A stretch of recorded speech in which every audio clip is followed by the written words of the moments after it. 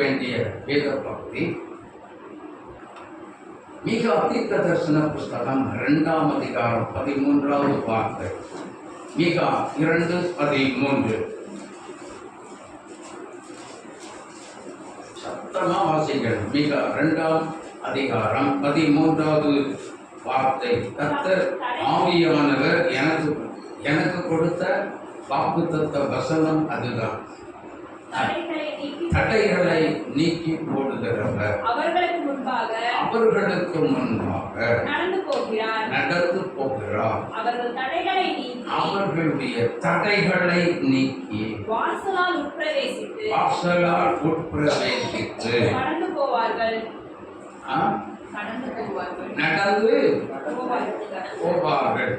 அவர்கள் ராஜா அவர்களுக்கு முன்னிலையில் முன்னே போவார். அவர்கள் முன்னணியில் நடந்து போவார். அவர்கள் முன்னணியில் நடந்து போவார். ஆமென், ஆமென்.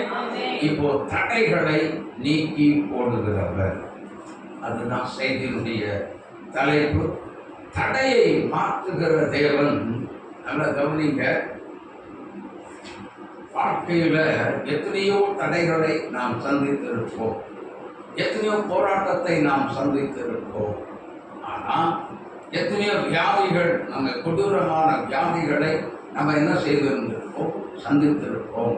எத்தனையோ பயங்கரமான கொடூரமான விபத்துகளை பார்த்திருப்போம், சந்தித்திருப்போம். ஆனால் நம்ம எல்லாத்தையும் கேட்டோம் அப்படின்னா, எங்க வீட்டுக்குள்ள என்ன இருக்கு அப்படின்னு கேட்டா, தடை என்னமா இருக்குன்னு கேட்டா, எடுப்புல சொல்லக்கூடிய ஒரே ஒரு வார்த்தை ஆசீர்வாத தடை. அதனால்தான் நாங்க என்ன செஞ்சுட்டு இருக்கிறோம், ஏசப்பாட்டை எப்ப ஜெபம் பண்ணாலும் என்ன செய்கிறோம், ஆசீர்வாதம் வேணும் அப்படின்னு கேட்கிறோம். லேலூயா, லேலூயா. எல்லா சபைகளிலேயும் ஆசீர்வாதத்தை குறித்து பேசுகிறார்கள். ஆனால் நம்முடைய சபையில் ஆசீர்வாதத்தை குறித்து பேச மாட்டேன்றீங்களே, நாங்கள் எப்படி ஆசீர்வதிக்கப்படுகிறது அப்படின்னு நீங்க கேட்கலாம். அதுதான் எங்களுக்கு என்ன இருக்கிறது சொல்லுங்க, தடையாக இருக்கிறது அப்படின்னு சொல்லி நீங்க நினைக்கலாம். ஆனால் ஒன்றை சொல்லுகிறேன், ஒரே ஒரு காரியத்தை உங்களிடத்திலே நானே ஒரு கேள்வியாக கேட்கிறேன். என்ன தெரியுமா, ஆசீர்வாதமானது பரலோகத்துக்கு கொண்டு போகுமா? இப்ப சொல்லுங்க, கொண்டு போகுமா? போகலாம். இந்த உலகத்தோடு நின்று விடும். ஆனா வேதத்தை நன்றாக தெரிந்தவர்கள் ஒரு ஆசீர்வாதத்தை நீங்கள் விடவே மாட்டீர்கள். ஆமென், விடவே மாட்டீர்கள். ஏனென்றால் எபேசியர் 1ஆம் அதிகாரம் 3வது வசனத்தை வாசித்து பார்க்கும்போது, அது அங்க ஒரு ஆசீர்வாதத்தை குறித்த ஆவியானவர் எபேசு சபையில பேசுறாரு பாருங்க. நம்முடைய கர்த்தராகிய இயேசு கிறிஸ்துவின் பிதாவாகிய தேவனுக்கு ஸ்தோத்திரம். அவர் கிறிஸ்துவுக்குள் உன்னதங்களிலே ஆவிக்குரிய சகல ஆசீர்வாதங்களினாலும் நம்மை என்ன செய்திருக்கிறார், ஆசீர்வதித்திருக்கிறார். என்ன எப்படிப்பட்ட ஆசீர்வாதம் கொடுத்திருக்கிறாரா? ஆவிக்குரிய ஆசீர்வாதங்கள். இதை யாருமே தேடுகிறது, இதன் மேல யாராவது கவனம் செலுத்துகிறார்களா? சொல்லுங்க, யாராவது கவனம் செலுத்துகிறோமா? எனக்கு கார் வேணும், பங்களா வேணும், என் பிள்ளை அப்படி இருக்கணும், இப்படி இருக்கணும், அப்படி படிக்கணும், இப்படி வந்துடணும், இப்படி வந்துடணும், இப்படி பெரிய டாக்டர் ஆகணும், பெரிய இன்ஜினியர் ஆகணும், IPS ஆகணும், அல்லது IAS ஆகணும், எல்லாம் கரெக்டுங்க. ஹலோ, எல்லாமே கரெக்ட், பெர்ஃபெக்ட். ஆனா IAS இருந்தா எத்தனை ஆசீர்வாதமாக இருந்தாலும், நீங்க IAS படிச்சிருந்தாலும், பெரிய அதிகாரியா இல்லை கலெக்டராக இருந்தாலும் அண்ணில் கொண்டு தான் கொண்டு வந்து போட போகிறாங்க இல்லையா? யோசித்து பாருங்க, மண்ணு தான் திங்க போகுது. ஐஏஎஸ் அப்படிங்கிற ஒரு அதிகாரிய மண்ணு சாப்பிட்டு அதோட அவருடைய சேப்டர் முடிந்து போய்விட்டது. இந்த உலகத்தோட ஆசீர்வாதமாக கலெக்டருடைய பதவி போஸ்டிங் எல்லாமே மண்ணோட மண்ணாய் போய்விட்டது, மக்கி போய்விட்டது. ஆனால் ஆவிக்குரிய ஆசீர்வாதம் என்பது அதுக்குள்ளே ஒரு ஜீவன் இருக்கிறது. அதுதான் நித்திய ஜீவன். கொடுக்கிற கர்த்தராய் இருக்கிற இயேசு கிறிஸ்து நாம் தரக்கூடிய ஒரு உன்னதமான ஆசீர்வாதம், ஒரு மேன்மையாக உயர்த்தப்படக்கூடிய ஒரு மகிமை நிறைந்த ஆசீர்வாதம் என்ன தெரியுமா? கர்த்தர் நமக்கு நித்திய ஜீவனை அளிப்பேன் என்பது நிறைவான ஆசீர்வாதம். கர்த்தருக்கு இயேசுவாக மகிமைப்படுத்தும்.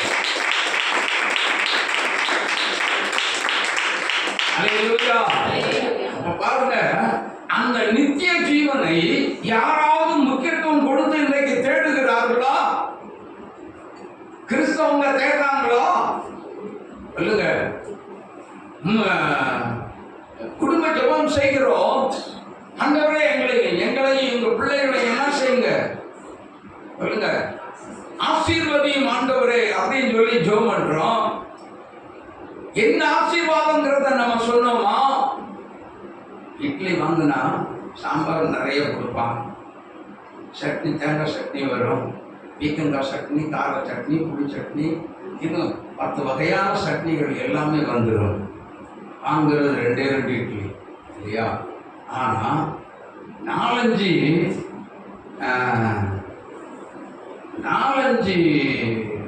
மறுபடியும் மீதி இருக்கிற சட்னியை வச்சு 4-5 இட்லியாவது என்ன செஞ்சிடலாம், சாப்பிடலாம். அப்ப ஆண்டவர் 5 அப்பம் 2 மீன் தான் 5000 பேருக்கு என்ன செய்த தேவன்? புருஷர்களுக்கு மட்டும், மீதி பெண்களுக்கு எங்க போடுறது, குழந்தைகளுக்கு எங்க போடுறது? யோசித்து பாருங்க. 2 பசியால விட்டுருவாங்களா ஆண்டவர்? இது எல்லாமே கணக்கு பண்ணி பாருங்க. ஏராளம் 5, 10, 15, 20க்கு மேலதான் வருது. இதெல்லாம் நம்ம கணக்கு போடணும். ஆனா 12 சீசர்களை வரவேற்று எப்பா வாங்க, உங்களுக்கு நான் ஒரு கிஃப்ட் தரணும்ல, அப்படித்தானே அப்படின்னு சொல்லி 12 சீசர்களுடைய பார்த்துருந்தாங்க. ஆள் கொண்டு தலையில தூக்கி வச்சுக்கோ, இது உங்களுக்குரியது, கர்த்தர் கொடுத்த கிஃப்ட் பாருங்க. ஆமென், ஆமென். ஆனா கொடுத்தது எத்தனை? 5 அப்பம், 2 மீன். ஆனா வந்தது என்ன? 12 கூட. யோசித்து பாருங்க. ஆளுக்கோ தலையில வச்சு 5, 10, 15, 20 சொல்லி 20,000 பேரை என்ன செஞ்சிட்டார்? கணக்கின்படி போஷித்து மீதி 12 கூட நிறைய எடுத்து, அதுதாங்க ஆசீர்வாதம். அதுதாங்க ஆசீர்வாதம். இந்த ஆசீர்வாதம் என்னைக்குமே அழிந்து போகும் அப்படிங்கிற ஒரு நிலைமைக்குள்ளே இருந்தது உண்மையானால் கர்த்தர் சீசர்கள் தம்முடைய சீசர்களுக்கு ஒரு நாளும் கொடுத்திருக்கவே மாட்டார். அழியாத நித்தியமானதை தான் நம்முடைய தேவனாகிய கர்த்தர் நமக்காக என்ன செய்திருக்கிறார்? ஆசீர்வதித்திருக்கிறார். ஆனா அழகாக நமக்கு கொடுத்திருக்கிறார். ஆமென், ஆமென். எத்தனை பேர் வாங்கி இருக்கீங்க? பாருங்க, ஒண்ணு சொல்லிட்டா. ஆனா உலக பிரகாரமான ஒரே ஒரு ஆசீர்வாதத்தை குறித்து நான் சொல்லுகிறேன். உண்ண உணவு, கொடுக்க உடை. இது ஒரு நாளும் குறைவில்லாம நம்மளை வழி நடத்தி கொண்டிருக்கிறார். இதுக்காகவே நாம் கர்த்தரை மகிமைப்படுத்த வேண்டும். ஹல்லேலூயா, ஹல்லேலூயா. உண்ண உணவு, கொடுக்க உடை நமக்கு குறைவில்லாமல் தந்து கொண்டே இருக்கிறார். ஆனால் நாம் சொல்லுகிறோம், என்னுடைய வீட்டில் ஆசீர்வாதம் இல்லை, ஆசீர்வாதம் இல்லை என்று சொல்லி எல்லா தடையும் ஆமென் ஆமென் சொல்றோம்ல. என் பிள்ளைகளை ஆசீர்வதிங்கன்னு சொல்றோம், என் குடும்பத்தை ஆசீர்வதிங்கன்னு சொல்றோம், உண்மை.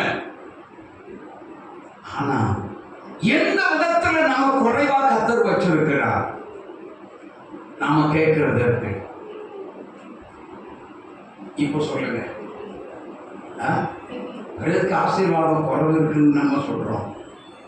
என் ஆசீர்வாதம், என்னை ஆசீர்வதிங்க, என் பிள்ளையை ஆசீர்வதிங்க அப்படின்னு சொல்லி ஏன் கேட்கிறோம்? எந்த ஆசீர்வாதத்தை குறித்து கேட்டுக் கொண்டிருக்கிறோம்?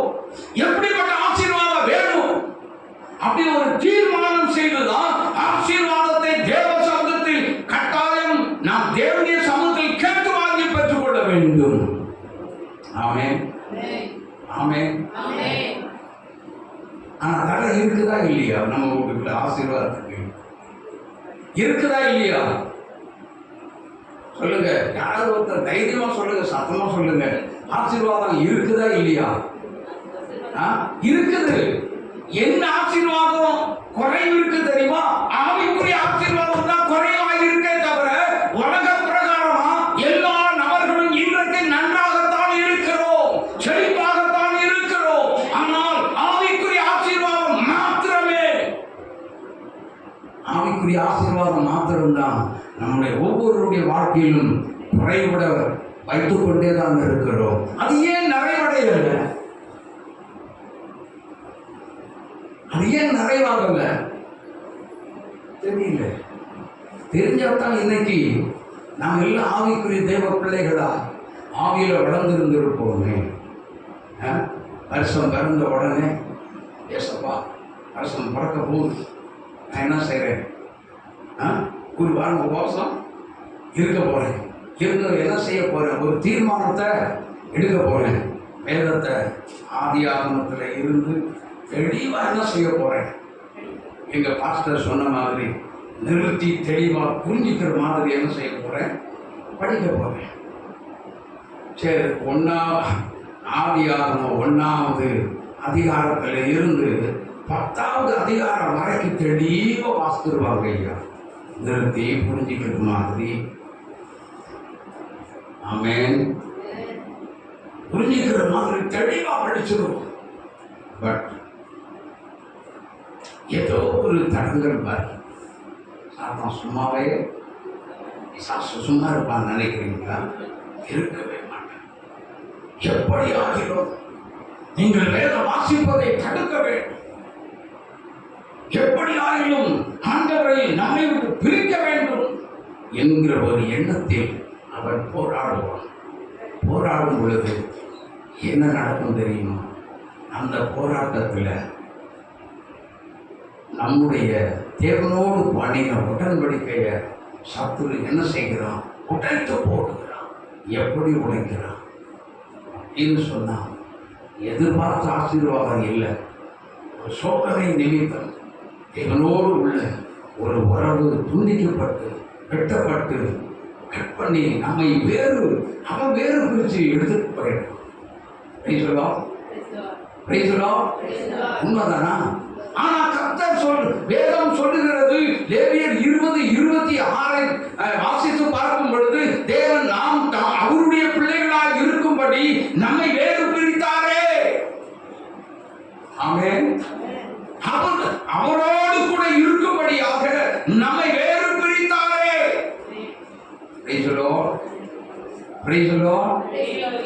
என்ன பண்ணாரா? வேறு பிரித்தான். அவரோடு இருக்கும்படியாக நானும் நீங்களும் அவரோடு உடன்படிக்கை பண்ணுகிற நாம், கர்த்தரால் ஆசீர்வாத வாதத்தை பெற்றுக்கொள்ள வேண்டிய நாம். ஆமென். அவரோடு இருந்தா, ஹலோ, இயேசுவோடு இருந்தா என்ன ஆகுது? எல்லாமே அவர் நம்மோடு இருப்பார். அப்படிதானா? இயேசுவோடு நீங்க தொடர்பா இருந்தா அவர் நம்மோடு இருப்பார். அவர் நம்மோடு இருப்பதுனா நம்மோடு இருக்கும் தேவன் நம்மை ஆசீர்வதிப்பார். என்ன ஆசீர்வாதம்? ஆவிக்குரிய ஆசீர்வாதம் வந்தாலே தானா என்ன செய்யும் சொல்லுங்க?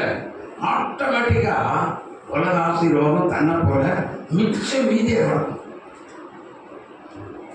சீச்சின்னு வேண்டாம் வேண்டாம் சொல்ல சொல்ல வந்து விழுந்து கொண்டே இருக்கும். அல்லேலூயா, அல்லேலூயா. இஸ்ரவேல் ஜனங்கள் இறைச்சியை கேட்டாங்க. எத்தனை நாள், ஒரு நாள் பயணமா என்ன செஞ்சார்? 2 முழம் உயரத்துக்கு காடைகளை கொண்டு பாளையத்துக்குள்ள கொண்டு போட்டாங்க. சாப்பிட்டாங்களா? பயங்கரமான ஒரு அழிவு வந்தது. அவன் இச்சித்தது கிடைச்சது. ஆனா இச்சையினால் வந்த பாவத்தினால வேறு அழிவு வந்தது. யோசித்து என்னைக்காவது பார்த்தீங்களா? அதனால்தான் வேதம் சொல்லுகிறது, கர்த்தரின் ஆசீர்வாதமே ஐஸ்வர்யத்தை தரும், அதனோடு வேதனையை கூட்டவே மாட்டார். ஆமென், ஆமென். அப்போ நாம தேட வேண்டிய முக்கியமான ஒரு ஆசீர்வாதம் பரலோகத்தில் இருக்கிற இயேசு மாத்திரம்தான். வேற யாரையும், ஹலோ பக்கத்துல பார்த்து சொல்லுங்க, பரலோகத்தில் இருக்கிற இயேசு மாத்திரம்தான். வேற யாரையும் தேடாதீங்க. எங்கேயுமே ஆசீர்வாதம் இல்லை. ஆமென். எங்கேயுமே ஆசீர்வாதம் கிடையாது. ஆனா என் வீட்டுக்குள்ள தடை இருக்குது அப்படின்னு சொல்லி நீங்க என்ன செய்யாதீங்க? ஆசீர்வாதத்தை நீங்க தேடி போகாதீங்க. ஆசீர்வாதம் உங்களை தேடி வரும். சொல்றீங்களா? ஆசீர்வாதம் உங்களை தான் தேடி வரும். ஆமென், ஆமென். ஆசீர்வாதம் உங்களை தான் தேடி வரும். எப்படி வருவார்? இயேசு நம்மை தேடி வந்தார். ஆமென். ஆசீர்வதிக்கும் தெய்வம், ஆசீர்வாதத்தை உடைய கர்த்தர் என்ன செய்தார்? நம்மை தேடி வந்தார். அதனால்தான் சங்கீதம் 128:5 வேதம் சொல்லுகிறது, கர்த்தர் என்ன செய்தார்? சீயோனிலிருந்து உன்னை. அப்ப எனக்கு நஷ்டம் வர காரணம் என்ன? ஹலோ, எனக்கு ஏன் நஷ்டம் வந்துச்சு? ஏன் நான் ஒன்றும் இல்லாம போனேன்? பெரிய கோடீஸ்வரனா இருந்தவனாச்சு, அல்லது நல்ல பிசினஸ் நடந்துச்சு, கையில பல லட்சங்கள் இருந்தது, இன்னைக்கு நான் வெறுமையா இருக்கிறேன்னு ஏன் இருக்கிறேன்? எனக்கு ஏன் இந்த பாடு? முதலாவது தேவனுடைய ராஜ்யத்தையும், சத்தமா எல்லாரும் சொல்லுங்க, பக்கத்துல இருக்கவங்களை பார்த்து நீங்க முதலாவது தேவனுடைய ராஜ்யத்தையும் அவருடைய நீதியையும் தேடுங்க. அப்படி இவைகள் எல்லாம் உங்களுக்கு கூட கொடுக்கப்படும். வீட்டுக்குள்ள நஷ்டம் வராது, ஆசீர்வாதத்துக்கு தடை இருக்காது. கர்த்தரை தேடுகிறவர்களுக்கோ ஒரு நன்மையும் குறைப்படாது. அதுக்கு முன்னாடி இன்னொரு வார்த்தை சொல்லப்பட்டிருக்கிறது, சிங்கக்குட்டிகள் பட்டினியா இருந்தாலும் இருக்குமே தவிர கர்த்தரை தேடுகிறவர்களுக்கோ குறைப்படாமல் கர்த்தர் சீயோனிலிருந்து உன்னை ஆசீர்வதித்து உன்னை பெருகவே பெருக பண்ணுகிற தேவன். குறையில்லாமல் நிறைவாய் நடத்தி நம்மை ஆசீர்வதித்து உயர்த்துகிற கர்த்தரை தான் நாம் சொந்தக்காரராகி இருதயத்தில் ஏற்றுக்கொண்டிருக்கிறோம். என்னது இத்தனை ஆசீர்வாதத்தை வச்சுக்கிட்டு, இத்தனை ஆசீர்வாதத்தை வச்சுக்கிட்டு எனக்குள்ளதான் வச்சுட்டு இருக்கிறேன். உங்களுக்குள்ளதான் இருக்கிறது, எனக்குள்ளதான் இருக்கிறது. ஆசீர்வாதத்தை தேடலாமா? நமக்குள்ளே இருக்குது, நம்ம வீட்டுக்குள்ள. ஆமா, கையில வெண்ணையை வச்சுக்கிட்டு, ராகுல் உங்க வீட்டுல நெய் இருக்கா? நான் வளர்க்குறீங்களா? நெய் இருக்கா?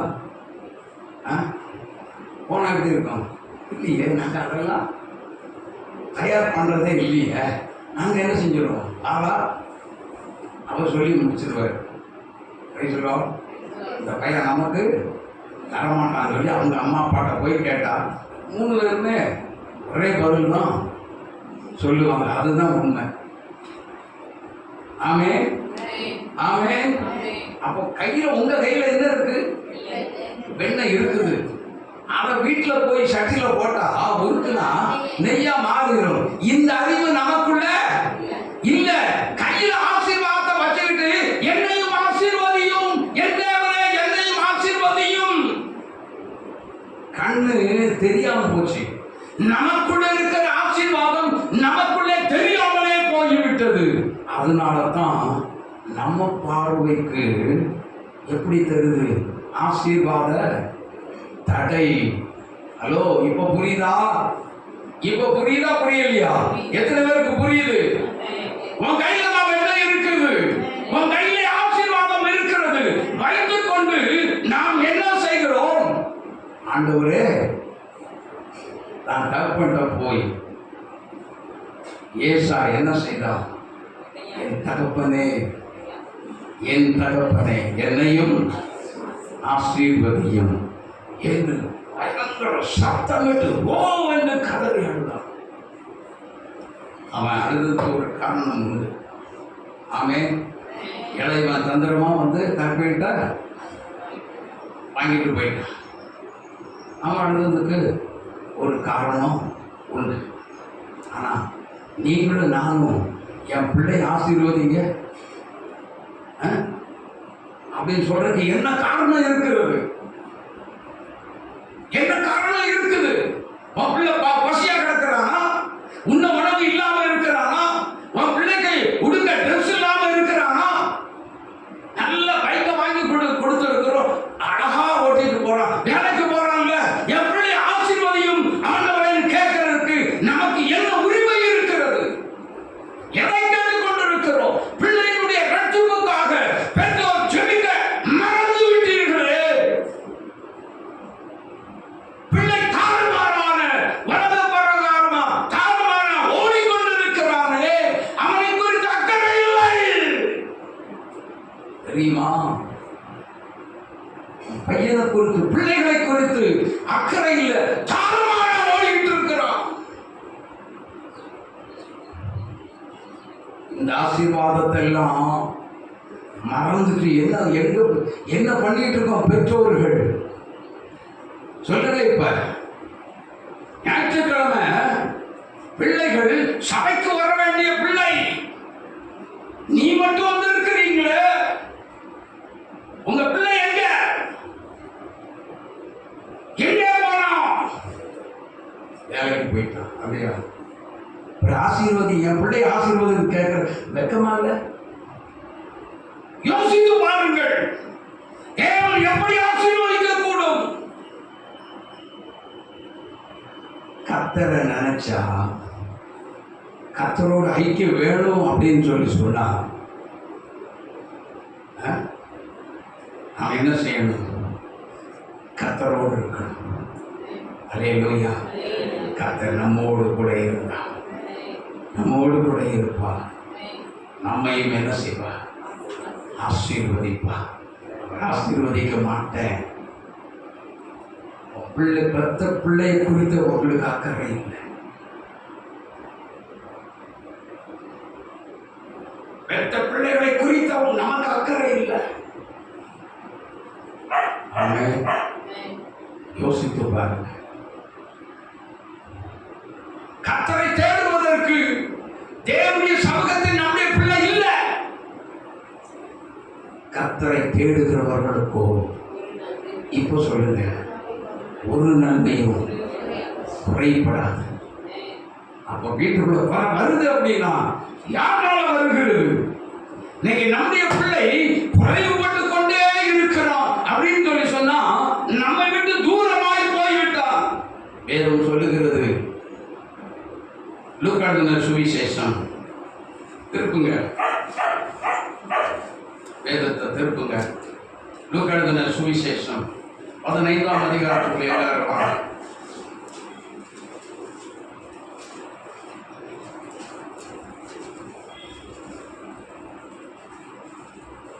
லூக்கா எழுதின சுவிசேஷம் 15ஆம் அதிகாரம்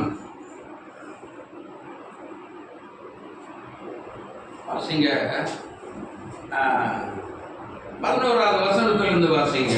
பின்னும் அவர் சொன்னது, ஒரு மனுஷனுக்கு 2 குமாரர்கள் இருந்தார்கள். 2 குமாரர்கள் இருந்தார்கள். தகப்பனை நோக்கி தகப்பனே, ஆஸ்தியை எனக்கு வரும் பங்கை எனக்கு தர வேண்டும் என்றான். அந்தபடி அவன் அவர்களுக்கு தன் ஆஸ்தியை பங்கிட்டு கொடுத்தான். சில நாள் பங்கிட்டு கொடுத்த தகப்பன் இங்க வாங்க, சும்மா கொடுத்துருப்பாரா? எப்பா, இங்கே உனக்கு எந்த ஒரு குறையும் இல்லை. எதுக்காக நீ கேட்குற? கேட்டுப்பாருல, வேண்டாம் மகனே, இதெல்லாம் வாங்கிட்டு நீ என்னை விட்டு தூர போயிடாதங்களா சொல்லியிருப்பாரா? அட்வைஸ் பண்ணியிருப்பாரா? கண்டிப்பா நம்ம உலக தகப்பனே கட்டாயம் பண்ணி இருப்பார். அப்படிதானா? தகப்பன் இல்லாத வீட்டுக்குள்ள அம்மா பண்ணியிருப்பாங்களா இல்லையா? சொல்லுங்க சார். எங்களை விட்டு போகாத மகனே, நீ போக வேண்டாம். ஒருவேளை உனக்கு என்ன நடந்தாலும் எங்களுக்கு தெரியாது, சேஃப்டி இல்லைப்பா, எங்களோடு இரு. வருந்தி கேட்டிருப்பார் இல்லையா? வருந்தி கேட்டிருப்பார், ரொம்ப மன உடஞ்சி கேட்டிருப்பார். அதே மாதிரி தான் கட்டாயம் இந்த இளைய குமாரனுக்கு அவர் அட்வைஸ் பண்ணியிருந்திருப்பார்.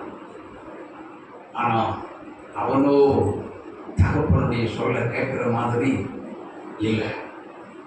என்ன செய்தார்? கீழவாசி. சில நாட்களுக்கு பின்பு இளையவன் எல்லாவற்றையும் சேர்த்து கொண்டு தூர தேசத்துக்கு என்ன செய்தான்? நல்லா புரிந்து கொள்ளுங்க. தூர தேசம், தூரமான ஒரு இடம். உன் பிள்ளைகள் எங்கே இப்போ? இப்ப சொல்லுங்க. கர்த்தரோடு இருக்கிறானா? கர்த்தருக்கு தூரமா இருக்கிறான். யோசித்து பாருங்க. பேதுரு என்ன பண்ணாரு தெரியுமா? இயேசுவே எல்லாத்தையும் பிடிச்ச 6 மணிக்கு வெளியில கொண்டுட்டு போயிட்டாங்க. ஆனா பேதுருவோ தூரத்தில் பின் சென்றான் என்று வேதத்திலே வாசிக்கிறோம். ஆமே, தூரம். ஆனா பேதுருவோ இயேசுவோடு ஒட்டி உறவாடுகிற அந்த ஒரு அன்பு சீடர். உடனே என்ன கேள்வி கேட்டான்? அடுத்த ஒரே நொடிய பதில் சொல்லி இயேசுவோடு இருந்து அந்தி சாப்பிட்டிய. இன்னைக்கு நீ தூரத்தில் இருக்கிறீங்க. இன்னைக்கு நீ தூரத்தில் இருக்கிறீங்க. நீ ஆவிக்குரிய வாழ்க்கையில் ஜெபம் செய்த தேவ பிள்ளை இன்னைக்கு எங்க இருக்கிறான்? சபையில வந்து நின்று முன்னாடி நின்று சாட்சி சொன்னாலே, பாடல்களை பாடினாலே, அவன் எங்கே? யோசித்து பாருங்க. முழங்கால நின்று ஜெபம் செய்தாலே அந்த தேவ பிள்ளையை, உன்னுடைய மகனை எங்கே, அல்லது உன்னுடைய மகனை எங்கே? சபைக்குள்ள இன்னைக்கு இல்லையே, எங்க இருக்காங்க? தூர தேசம். ஆனா இவருக்கு ஒரு பேர், என்ன பேர்? நம்ம வச்ச பேர் கெட்டகுமார் அப்படின்னு சொல்லி வேதத்தில் இருக்குதோ? இல்லை, கெட்டகுமாரனே கிடையவே கிடையாது.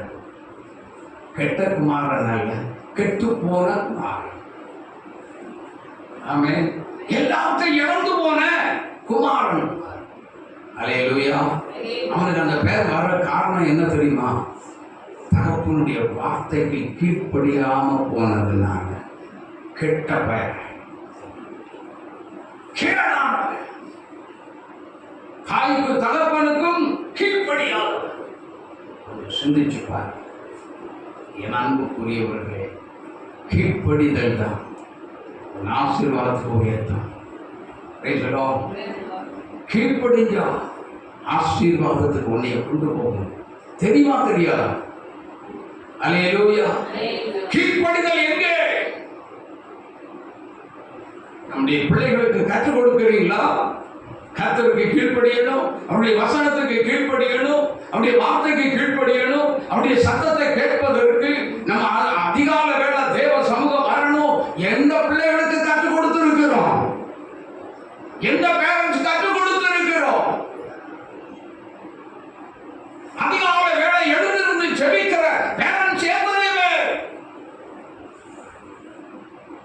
வீட்டுக்குள்ள ஏங்க ஆசீர்வாதம் தடை வராது?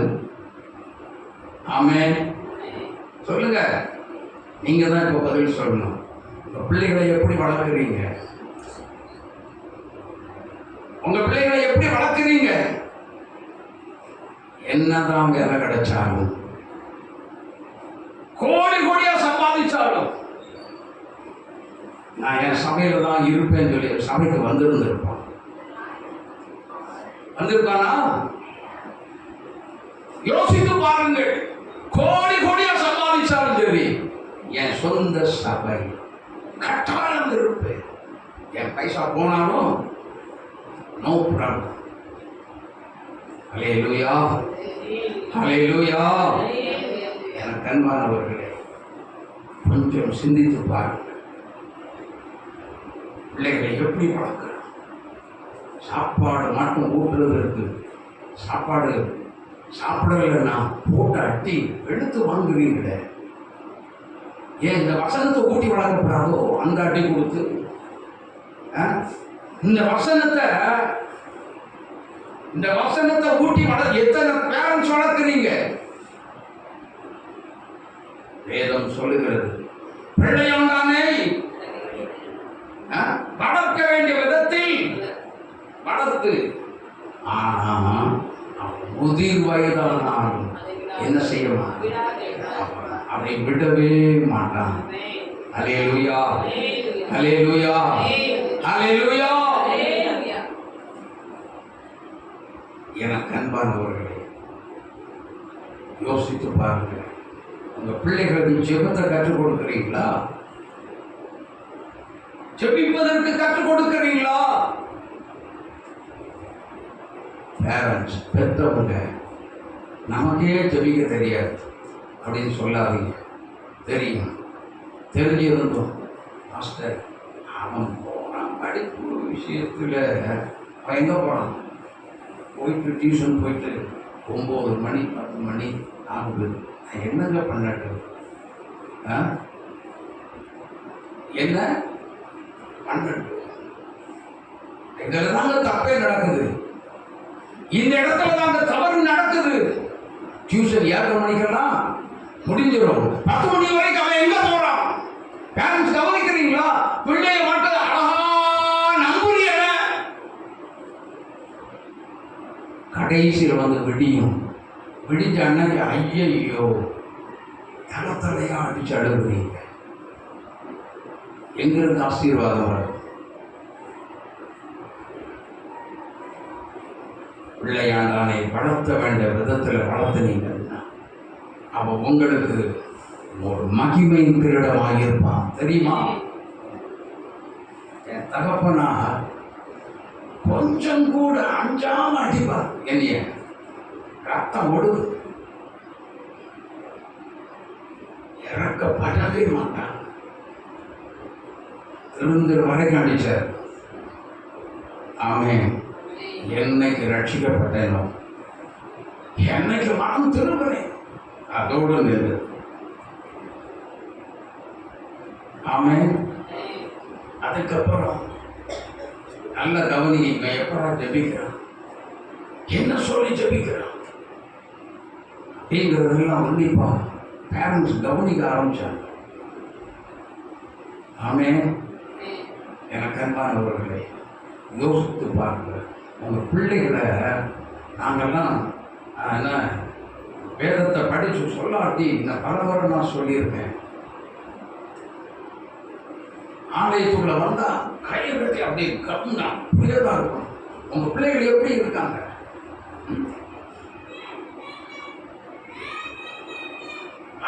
இருக்கிற இடம் பாருங்க. இப்படி கூட திரும்பி பார்த்துருக்கோம், இப்படியும் பார்த்துருக்கோம். ஏதான் கை கட்டணும், இப்படியே தான் பார்த்துக்கிட்டு இருக்கணும். அவங்க உபதேசியார் பிரசங்கம் பண்றாரா, ஐயர்வாள் பிரசங்கம் பண்றாங்களா, அப்படியே தான் அவங்க முகத்தையே தான் பார்த்துக்கிட்டு இருக்கணும். இப்படி கூட திரும்பக்கூடாது. திரும்பினா என்ன நடக்கும்? சூப்பரா மகனே, இன்னைக்கு நல்ல சூப்பரா பிரசங்கத்தை கவனிச்சிடலன்னுப்பா, சூப்பர் சூப்பர். சாப்பாடு கூட தராமல் என்ன செய்வாங்க, இதில் கொஞ்சம் உப்பள்ளி வை, கல்லுப்பு. சால்ட்டாக இருந்தால் பரவாயில்ல, கல்லுப்பு அள்ளி வச்சு என்ன செய்யணும், போடு முழங்கால் அது மேல.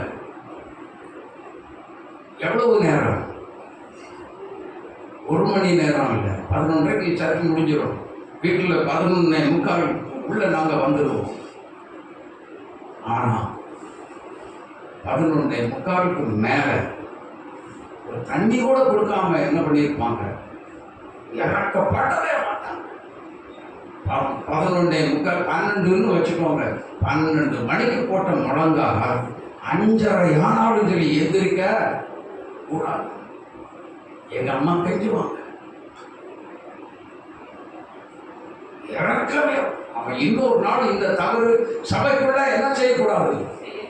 சபைக்குள்ள செய்யவே கூட ஒழுங்கா இருக்கணும். எப்படிமா நடத்துறீங்க இன்னைக்கு? யோசித்து பாருங்க. முழங்கால் 2மே டேமேஜ், ஒண்ணுமே உருப்படி இல்லாத முழங்கால் தான். இன்றைக்கும் 2 முழங்காலில் நின்று ஜெபிக்கிறதுக்கு கர்த்தர் பலம் தந்திருக்கிறார் அப்படின்னு சொல்லி சொன்னா, அன்னைக்கு நான் உபத்திரவத்தை அனுபவித்ததுனால. ஆமென். அன்னைக்கு சின்ன வயசுல கர்த்தர் எனக்கு ஒரு நெருக்கத்தை கொடுத்து என்ன பண்ணாரு? இப்படிப்பட்ட ஒரு அனுபவத்துக்குள்ள என்னை வழி நடத்தினதுனால இன்னைக்கும் முழங்காலில் நின்று ஜெபிக்க கர்த்தர் எனக்கு உதவி செய்திருக்கிறார். ஆமென். உங்க பிள்ளைகளை எப்படி வளர்த்துருக்கீங்க? உங்க பிள்ளைகள் உங்களோட பரலோகம் வருவாங்களா? பரலோகத்துக்கு போவாங்களா? ஆசீர்வாதம் எங்க இருந்து வரும்? எங்க இருந்து வரும்? எப்படி வரும்?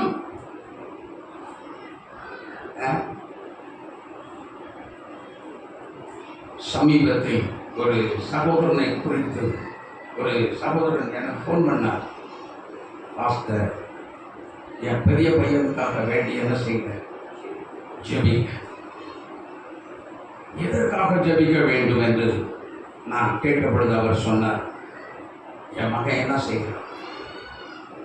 நல்லா சம்பாதிக்கிறான், ஆனால் அவன் இருக்கிற இடம் மதுபான கடை.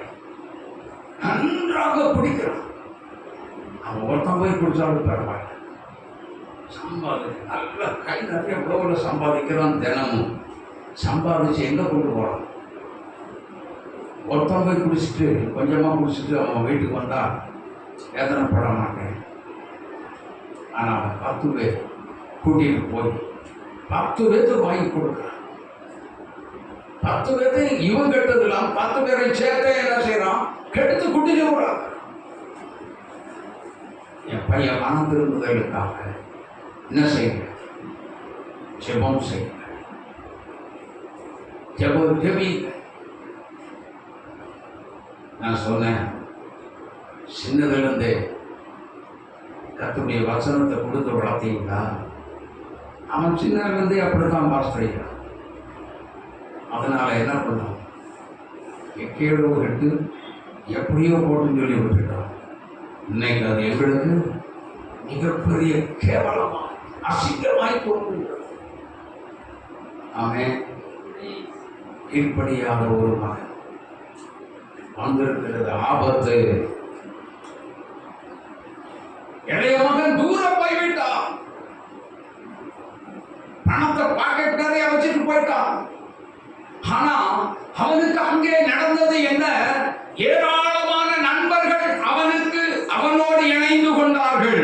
இருக்குதா? நல்ல நண்பர்கள் அல்ல, கெட்டு போன நண்பர்கள்.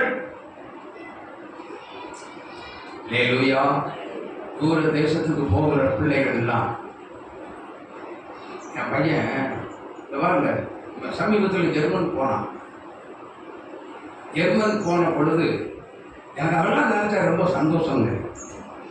ஒரு பெரிய ஒரு விருந்து நடந்திருக்கு. அதில் ஃபார்மில் எல்லாம் அது அப்படி தான் நடக்கும். தண்ணிக்கு பதிலாக பீர் வச்சுருக்காங்க. ஆனால் இவன் எடுத்தது என்ன தெரியுமா? கொக்கோ கோலாவை எடுத்து கையில் எடுத்துக்கிட்டு எனக்கு இது ஏன்னா இது போதும் அப்படின்னு சொல்லி முடிச்சிருந்திருக்கான். ஏழு குறிக்கப்பட்ட பிள்ளை. இயேசுவோடு இருக்க வேண்டிய பிள்ளை அப்படித்தான் இருப்பாங்க. ஆமென். வீர் வேண்டாம். கர்த்தர் பரிசுத்தவான்களால் உருவாக்கப்பட்ட அந்த கொக்கோலா போதும். அந்த ஒண்ணே எனக்கு நான் போதுங்க. நான் அதெல்லாம் என்ன செய்ய மாட்டேன், சாப்பிட மாட்டேன். கொஞ்சம் சிந்திச்சு பாருங்க, கொஞ்சம் யோசித்து பாருங்க. நம்ம பிள்ளைகள் இப்படி இருக்கிறோமா? தெளிவா இருக்கும். பிள்ளைகளை வளர்க்க வேண்டிய விதத்தில் என்ன செய்யணும்? உன் வீட்டுக்கு ஆசீர்வாத தடையே சத்தமா சொல்லுங்க. ஆசீர்வாத தடையே ஒரு நாள் வரவே வராது. எல்லா ஆசீர்வாதம் செல்வமா கொடிக்கும் செழிக்கும். நீங்க சந்தோஷமா வாழ்றதற்கு கர்த்தர் வழியை திறப்பார். உன் பிள்ளைய தாறுமாற ஓடுறது போட்டுறாங்க. ஆமென், ஆமென். தேவ ஜனமே, யோசித்து பாருங்கள். இன்றைக்கு ஆவிக்குரிய வாழ்க்கை வாழுகிறது, கிறிஸ்தவனா வாழ்ந்து காட்டுகிறது சாதாரண ஒரு காரியம் இல்லைங்க. இந்த இளைய குமாரன் என்ன பண்ணா வாசிங்க. அங்கே துன்மார்க்கமாய் என்ன செய்தானா? தகப்பன்கிட்ட இருக்கிற வரைக்கும் நல்லா புரிந்து கொள்ளுங்க. தகப்பனிடத்தில் இருக்கிற வரைக்கும் அவனுக்குள்ளே துன்மார்க்கம் இல்லை. ஹலோ ஹலோ, இப்ப சொல்லுங்க. தகப்பனிடத்திலும் தாயினிடத்திலும் உறவா இருக்கிற வரைக்கும் என்ன இல்லை? அவன் துன்மார்க்கன் என்கிற பெயர் வாங்கவே இல்லை. என்னைக்கு தகப்பனை விட்டுவிட்டு தாயை விட்டுவிட்டு சொந்த இடத்தை விட்டுட்டு என்னைக்கு பிரிஞ்சு வெளியில போனானோ அவனுக்கு பெயர் என்ன? துன்மார்க்கன். பிள்ளை அப்படி வாங்கணுமா?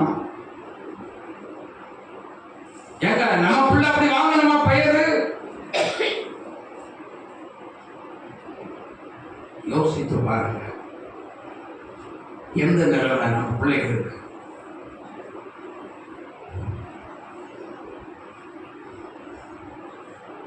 என்னைக்காவது சிந்திச்சு பார்த்து இருக்கிறோமா? வேண்டாம் வேண்டாம். என்னது வேண்டாம்? துன்மார்க்கன்கிற பட்ட பெயர் எனக்கு வேண்டாம். எனக்கு என்னுடைய தகப்பனுடைய உறவே போதும் சொல்லி நம்முடைய பிள்ளைகளை வளர்த்திருந்தா உங்களுக்கு எவ்வளவு மகிமையாக இருந்திருக்கும். அல்லேலூயா. எவ்வளவோ அறிவுரை சொல்லி தூர தேசத்துக்கு போய்விட்டாங்க. தூர தேசத்துக்கு ஓடியே போயிட்டாங்க. அல்ல, கெட்ட நண்பர்களோடு இணைந்து தன் ஆஸ்தி என்ன செய்தான்? அழித்து போட்டான். அழித்து போட்டான். 13வது வசனத்தை ஆண்கள் ஒருவர் படி, இவர் படிப்பா. 13வது வசனம், லூக்கா 15ஆம் அதிகாரம் 13வது வசனத்தை படி. சில நாளைக்கு பின்பு இளைய மகன் எல்லாவற்றையும் சேர்த்துக் கொண்டு தூர தேசத்துக்கு புறப்பட்டு போனான். அங்கே துன்மார்க்கமாய் ஜீவனம் பண்ணி தன் ஆஸ்தியை அழித்து போட்டான். தன் ஆஸ்தி என்ன செய்தான்? எல்லாருக்கும் தெரிஞ்ச கதை தானே. எங்க எல்லாருக்கும் தெரிஞ்ச கதை தானே. ஆனா துன்மார்க்கன்னு சொல்லி உங்க பையனுக்கு பேர் வந்துச்சுன்னா எப்படி இருக்கும் சொல்லுங்க? சொல்லுங்க. அந்த பேர் சூப்பரா இருக்கும்ல. இந்த துன்மார்க்கனுடைய அம்மா போறாங்க, அது விரும்புறீங்களோ? இந்த துன்மார்க்கனுடைய அப்பா போறா, இந்த துன்மார்க்கனுடைய சகோதரன் போறா, இந்த துன்மார்க்கனுடைய ஊழியக்காரன் போறான். விரும்புறாமா? ஏமா சொல்லுங்க. அமைதியா இருக்கீங்க. உங்க பிள்ளைய வளர்க்க வேண்டிய விதத்தில் வளர்த்துக்கோங்க. கண்டிஷன் பண்ண வேண்டிய விதத்தில் சொல்லுங்க. கண்டிஷன் பண்ண வேண்டிய விதத்தில் பண்ணிக்கொடு. எச்சரிக்கையா இருங்க. இப்படிப்பட்ட வீட்டுக்குள்ள, சத்தியம் இல்லாத வீட்டுக்குள்ள ஆசீர்வாத தடைகள் கட்டாயம் வரும். ஹலோ, சத்தியம் இல்லாத வீட்டுக்குள்ள, ஜெபம் இல்லாத வீட்டுக்குள்ள, குடும்ப ஜெபம் இல்லாத வீட்டுக்குள்ள ஆசீர்வாத குறைவுகள் அவசியம் வரும். தரித்திரம் வரும், பண கஷ்டம் வரும், பிரச்சனைகள் வரும். அப்ப எங்க ஓடணும்? யாரை தேடி ஓடணும்? எங்கேயும் ஓடாத. என் தேவனே எனக்கு இறங்கும் என்று இயேசுவை நோக்கி கூப்பிடுங்க. அவர்தான் உங்க தரித்திரத்துக்கும், பிரச்சனைகளுக்கும், பாடுகளுக்கும், நெருக்கமான சூழ்நிலைகளுக்கும் எல்லாத்துக்கும் முடிவு உங்க போதகர் அல்ல, இவரும் இல்ல, இயேசு மாத்திரமே. அல்லேலூயா. துன்மார்க்கன் அப்படிங்கிற ஒரு பட்டத்தை உன்னுடைய பையனிடத்திலிருந்து எடுத்துவிட்டு அதை துன்மார்க்கன் அப்படிங்கிறத எடுத்துட்டு நீதிமான் அல்லது சன்மார்க்கன் அப்படிங்கிற ஒரு பட்டத்தை கொடுக்கணும்னா அவன் மறுபடியும் என்ன செய்யணும்? தான் தகப்பன் பக்கமா திரும்பணும். அவன் திரும்பாத பட்சத்துல ஒரு நாளும் அவனுக்கு அப்படிப்பட்ட ஒரு காரியம் நடக்காது. மகனை தேடி தேடி உங்க பிள்ளை உங்களை விட்டுட்டு எல்லா ஆசையும் வாங்கிட்டு போயிட்டான் அப்படின்னு தூர தேசத்துக்கு போயிட்டான் அப்படின்னு சொல்லி சொன்னா எதை நடக்கும் சொல்லுங்க? அழுது அழுது என் பிள்ளை சாப்பிட்டானோ சொல்லுங்க, பெத்தவங்க சொல்லுங்க, தின்னானோ திங்கலியோ? கொஞ்சம் யோசிச்சு பாருங்க. முதல் முறை என் பையன் அமெரிக்க தேசம் போகும்போது எங்க வீடு எப்படி இருந்திருக்கும்னு நினைக்கிறீங்க? ரொம்ப சந்தோஷமா இருந்தது இல்லை?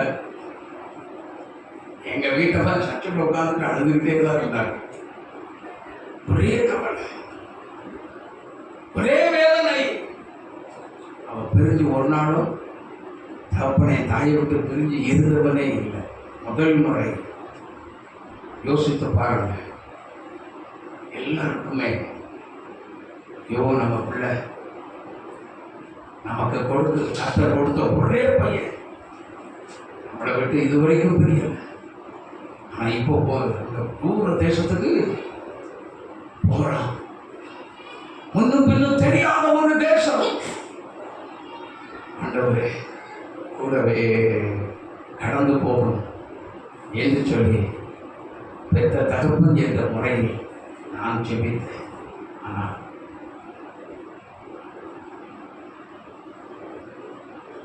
அன்பு மகனை அந்த ஊருக்குள்ளே நடத்தி பாதுகாத்து போஷித்தார், நடத்தினார்.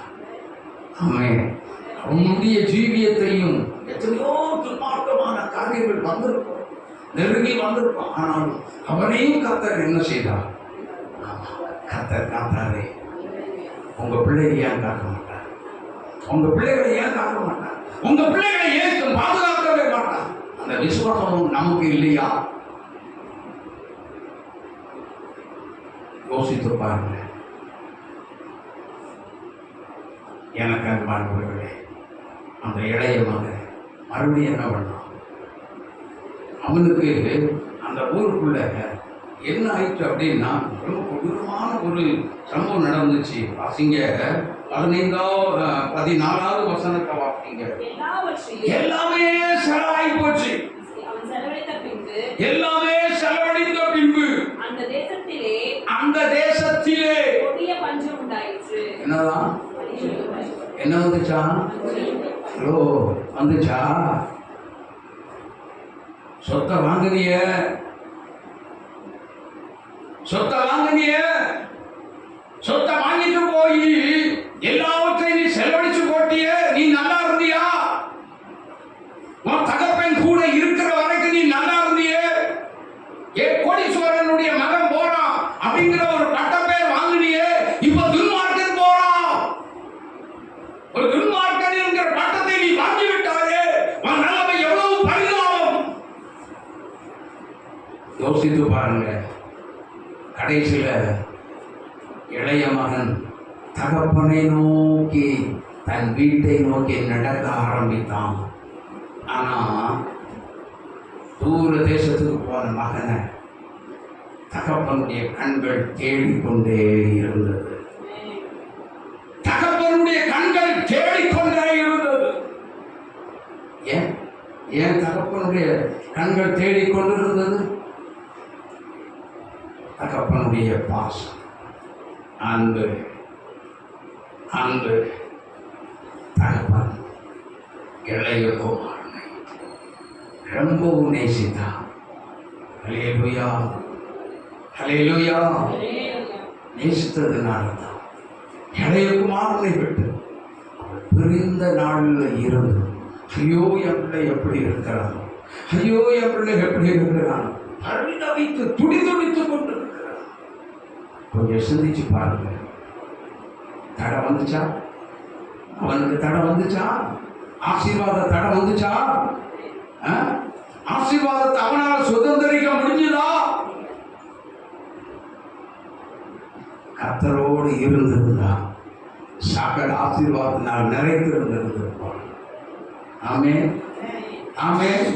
எங்க பிள்ளை துன்மார்க்கங்கிற பட்டத்தை வாங்கி இருந்திருக்கவே மாட்டேன்.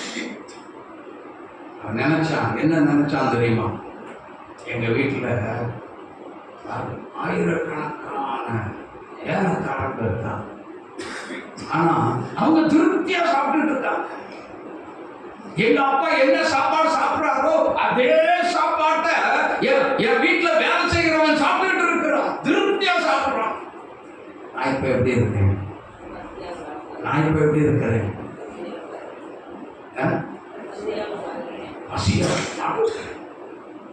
பசி, ஐயோ பசி கொடுமை எல்லாம் தாங்க முடியவில்லை. இயேசுவை இழந்தா பசி என்ன, பட்டினி என்ன, எல்லாமே வந்துவிடும். இயேசுவை விட்டு நீ தூரம் போகாத. வறுமை வந்துவிடும். செழிப்பு உன்னை விட்டு ஓடி போய்விடும். நோய் வந்துவிடும். தெய்வீக சுகம் உன்னோடு இருக்கவே இருக்காது. ஆரோக்கியமான வாழ்வு உனக்கு இல்லை. இப்படி எல்லாம் சொல்லாதீங்க பாஸ்டர். கேட்கறதுக்கு எப்படி இருக்கு? நான் சொல்றா, நீ இப்படி எல்லாம் நடக்காத தம்பி, செஞ்சா இப்படி எல்லாம் நடக்காதீங்க. இயேசுதான் இயேசுவை ரட்சித்தாரு. இயேசுவை நீங்க ஏன் விட்டுட்டு வெளியே போனீங்க? சமீபத்தில் இப்போ ஒரு 10-15 நாள் இருக்கும். நீங்கள்லாம் பாஸ்டராக இருந்து வேஸ்ட் அப்படின்னு ஒரு சகோதரி என்கிட்ட சொல்லிட்டு, நான் என்ன செய்ய போகிறேன், எங்கேருந்து வந்தனோ அங்கேயே மறுபடியும் போகிறேன். நான் சொன்னேன், ஏம்மா வழிபாடு இதுதான், இப்படியும் போனால் இருக்கு, அப்படியும் போனால் இருக்கு, போய்க்க, தாராளமாக போய்க்க, தாராளமாக போய்க்க. ஆனால் இந்த தொழில் உனக்கு நினைக்காது தெரியுமா? அதை முதல்ல புரிஞ்சுக்கிறது. இது கொடுத்தது கர்த்தர், இந்த தொழிலை தந்தது இயேசு. ஆமென், ஆமென். யோசித்து பார். எங்க ஆவிக்குரிய வாழ்க்கையில் எல்லாமே நம்முடைய கண்களுக்கு படுறது எல்லாமே நலமாக தான் தோணும். அதில் தான் தீமை இருக்கு, அதில் தான் தீமை இருக்கு. எங்க ஓடிடாத, இயேசுவை விட்டு விடாத, இயேசுவோடு கூட இருக்கணும்.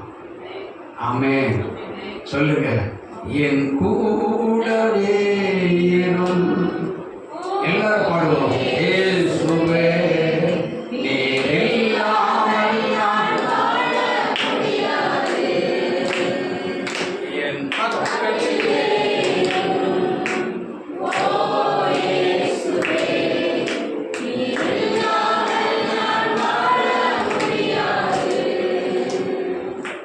இயேசு இல்லாம வாழ்வு இல்லை.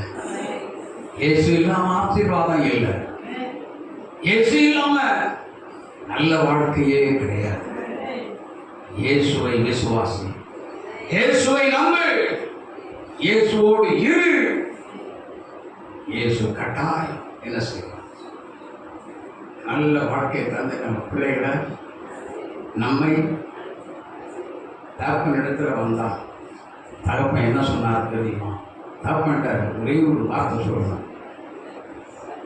தகப்பனே, பரத்துக்கு விரோதமாகவும் உமக்கு முன்பாகவும் நான் பாவம் செய்தேன்.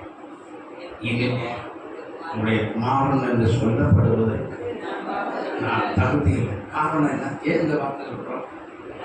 அவன் பெற்ற பிள்ளை தானே.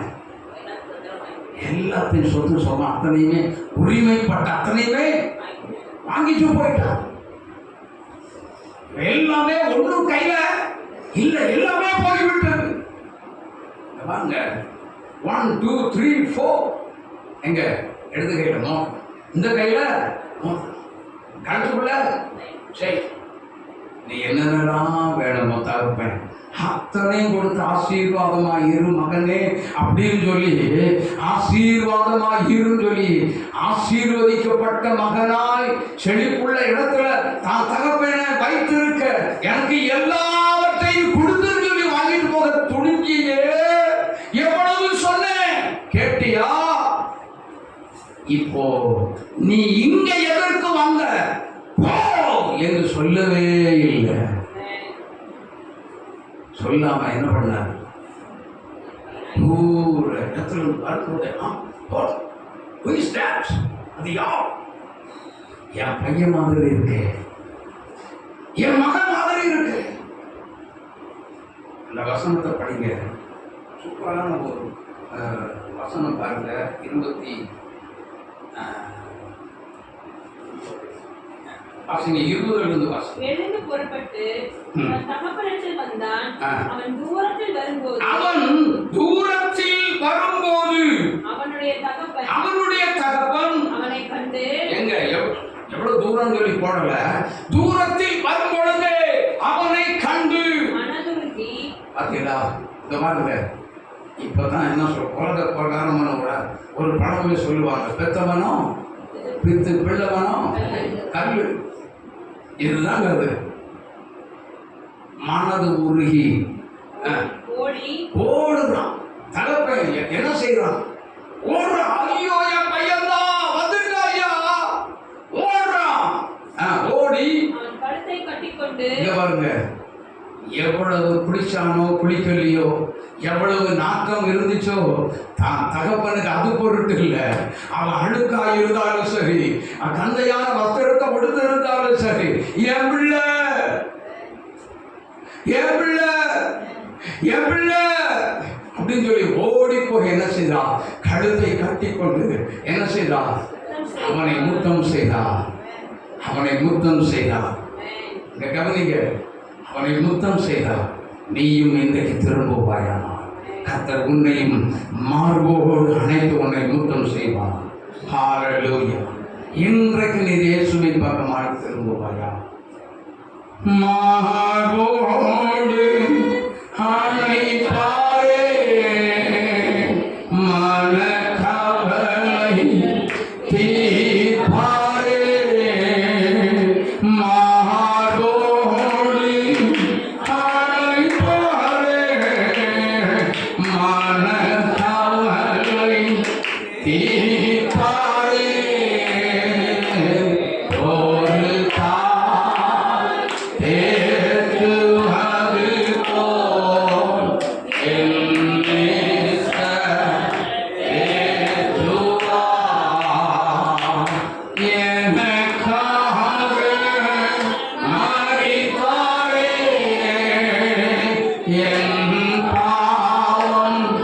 சுமந்தாரே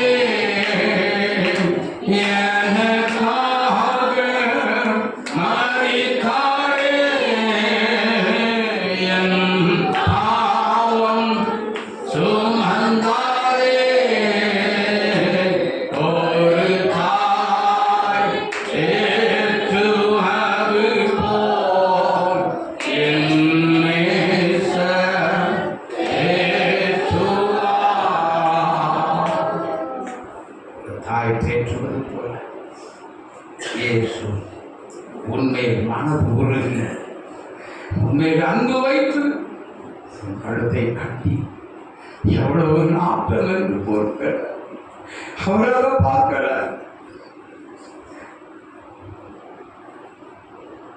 ஐயோ, என்னுடைய மகன் தான் எனக்கு பெரிய. என் அன்பு மகனே, அன்பு சகோதரனே, சகோதரி ஓடி வந்தார், கழுத்தை கட்டிக்கொள், உன்னை முத்தம் செய்தாரே. உன் தகப்பனுக்காக, உன் பரம தகப்பனுக்காக, இயேசு கிறிஸ்துவுக்காக நீ என்ன செய்தாய்? நீ என்ன செய்தாய்? தூர நிற்கிறாயா அல்லது தூர தேசத்துக்கு போய்விட்டாயோ? எங்கே இருக்கிறார்? ஆதாமை கேட்டார். ஆதாமே, ஆதாமே, நீ எங்கே இருக்கிறாய்? ஆதியாகமம் 3:9 அப்படித்தான் சொல்லுகிறார். ஆதாமே, நீ எங்கே இருக்கிறாய்? தகப்பனுடைய அன்பு பெரியது, தகப்பனுடைய பாசம் பெரியது. தேவரீ சகலத்தையும் செய்ய பாருங்க. மறுபடியும் இழந்து போன பாருங்க, தடைகளை நீக்கி போகிற தேவை இளைய குமாரன் என்பதாக நடந்து போனார். நடந்து போய் என்ன செய்தார்? தடைகளை உடைத்தார், வாசலால் உட்பிரவேசித்தார். அவனும் உட்பிரவேசித்தான். அங்கே மேலதாள வாத்தியங்களோடு கைக்கு மோதிரத்தை போட்டார்கள், மெல்லிய வஸ்திரத்தை உடுத்து வைத்தார்கள், கொடுத்த கண்ணடித்தார்கள். ஆட்டம் பாட்டம், மிகப்பெரிய விருந்து கொண்டாடப்பட்டது. அரண்மனைக்குள், தன்னுடைய மகனுடைய வீட்டுக்குள். யோசித்து பார், எல்லாவற்றையும் அழித்து போட்ட ஒரு துன்மார்க்கனுக்கு மனது உருகி அவன் மேல் அன்பு வைத்து இத்தனையும் செய்கிற பாசம் உள்ள தெய்வத்தை உன்னால் எப்படி மறக்க முடிகிறது? உன்னால் எப்படி தூரம் போக முடிகிறது? தூரத்தில் பின்பற்றி கொண்டு வந்த பேருவை போல தூரமாக இருக்கிறாயோ? இளைய குமாரனை போல் தூரமாக நின்று கொண்டிருக்கிறீர்களோ? நீ இயேசுவுக்கு வேணும். இன்னைக்கு கர்த்தர் உன்னை தேடி வந்திருக்கிறார். என் தேவாதி தேவன் உன்னை தேடி வந்திருக்கிறார். நீ துன்மார்க்கமாய் அழித்திருக்கிறார். கர்த்தர் இந்த காலை வழியில உன்னை தேடி வந்திருக்கிறார். நீ இயேசுவுக்கு வேண்டும். இயேசு உன்னை நேசிக்கிறார். இயேசு உன்னை நேசிக்கிறார். நீ இயேசுவுக்கு வேணும். நீ எவ்வளவு பெரிய பாவியாக இருந்தாலும் சரி, எவ்வளவு கொடூரனாக இருந்தாலும் சரி, இந்த யூடியூப்ல நீ பார்க்கிற யாராக இருந்தாலும் சரி, இயேசு உங்களை நேசிக்கிறார். இயேசுவை வெறுத்தவர்களாக இருந்தாலும் சரி, தூக்கி வீசினவர்களாக இருந்தாலும் பரவாயில்லை, இயேசு உங்களை நேசிக்கிறார். நீங்க இயேசுவுக்கு வேண்டும்.